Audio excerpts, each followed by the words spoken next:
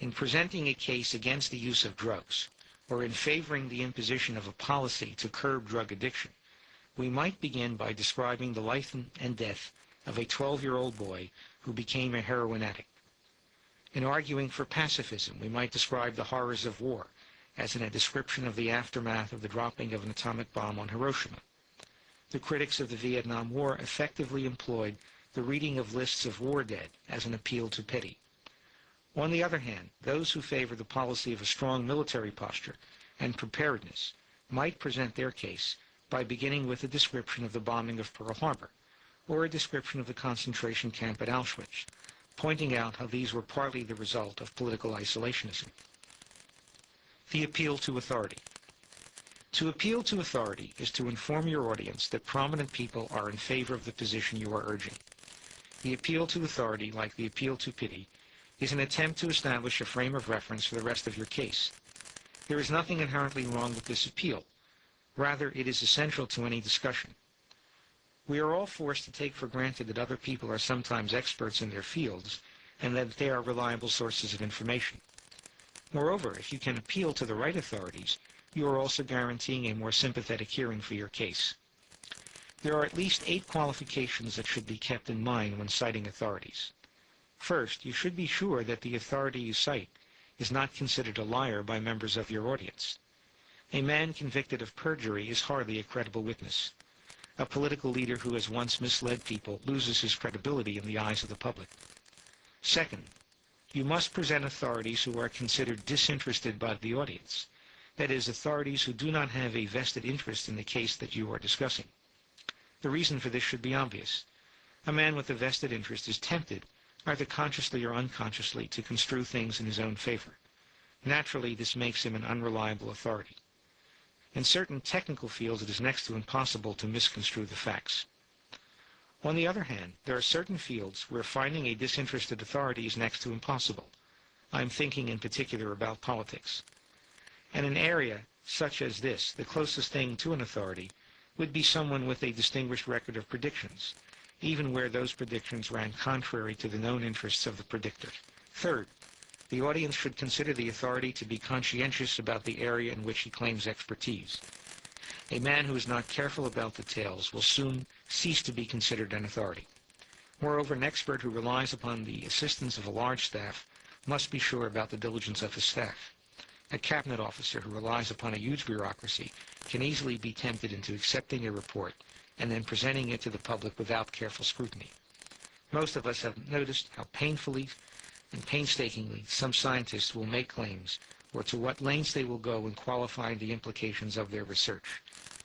Usually, it is the headline-hunting journalist who makes excessive claims. Fourth, when an authority is invoked, it is best to make sure that the authority is well known. Quoting authorities who are not known to be authorities in their fields, at least not known by your audience, is ineffective. For example, when discussing child rearing, it might be more impressive to refer to Gazelle or Spock than to Dr. John Smith. Well known in this case is always to be determined by reference to your specific audience. Although a person is generally well known, he or she may not be well known in a particular area or to a particular audience. Conversely, when addressing a specific audience, it might be better to quote the local expert than the internationally famous one. Fifth, the authority used must be an expert in the relevant field. Dr. Spock may be a well-known expert in the field of child care, but can one honestly say that he is an expert in international relations in particular and politics in general?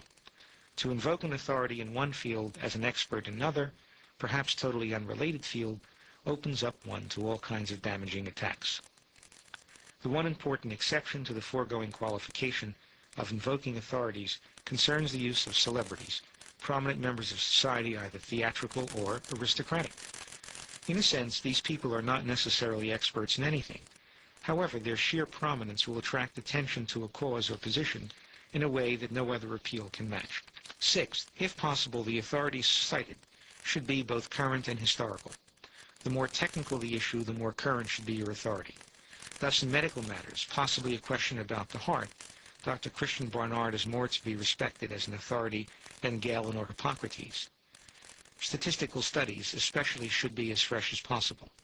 On the other hand, If one can find historical authority to supplement current authority, this has a way of making one's case even stronger. George Washington has a way of popping up in all kinds of arguments. He is sometimes paired with Senator Fulbright, the former as historical and the latter as a more contemporary authority, as an expert in arguing against entangling foreign alliances. Seventh, the authority cited should have an opinion that is representative of the general expertise in his field.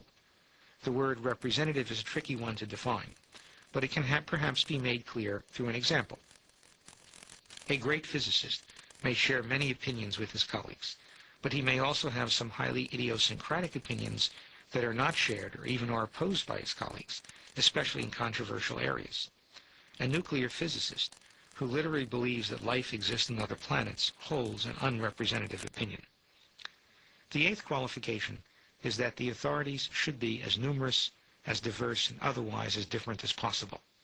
If you can find two authorities with otherwise conflicting opinions who nevertheless agree with your position on a specific issue, this tends to impress the audience with the fact that you are so right that almost everyone has to agree with you.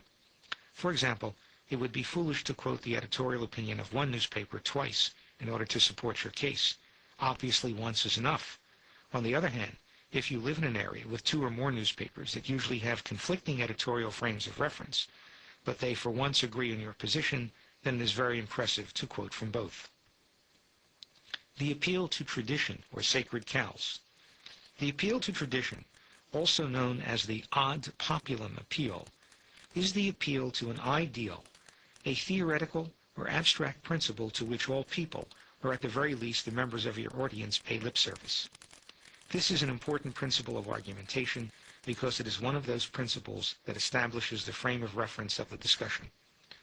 An example of the appeal to tradition is Martin Luther King's invoking of the principle of nonviolence. While there are certainly those who would not, under similar circumstances, use nonviolence, or even those who do not subscribe to the principle in their heart of hearts, it is still the case that few would openly attack someone else's advocacy of nonviolence. The appeal to nonviolence is an appeal to a tradition that has deep moral, political, social, and religious roots that spread beyond any one culture or historical period. To invoke nonviolence is to gain a tremendous sympathetic reaction on the part of audiences. The appeal to precedent. The appeal to precedent is to appeal to cases or instances similar to the one being defended. It is not necessary that everyone agree with your precedent, as in the case of the appeal to tradition. Precedents must be real or actual, as opposed to traditions which are ideal. There are endless precedents, and finding the right one for your case involves ingenuity in your research and knowing what appeals to your audience. Judges are not the only ones with definite tastes. Presenting the facts. Statistics. The purpose of this section is to show how the facts or the accepted truth should be used in presenting your case. The minor theme can be summed up in the statement that half a truth is sometimes more effective than no truth at all. In an age such as ours, the most convincing kind of evidence is statistical evidence. The underlying assumption in so much of our use of numbers seems to be that a higher number automatically indicates something better. You cannot argue with numbers, except with other numbers. Some general rules about using statistics follow. On the assumption that it is possible, always do the following when appealing to statistical evidence. First, make sure that the statistics come from a reliable source. Here, all the things we said about using authority will be relevant. Second, since statistical data are rarely uniform, they may be grouped or interpreted in different ways. Do not hesitate to use only that part of the statistical data which suits your case, especially if you do not expect to be challenged. This brings us to the third general rule, a rule we might dub getting on the bandwagon. If you can show that most people, or the majority, support your position or opinion, then not only invoke that information as support or evidence that you are right, but also invite people or the audience, at least implicitly, to join the majority. No one likes to be left out in the cold. A fourth general rule concerns the use of large numbers.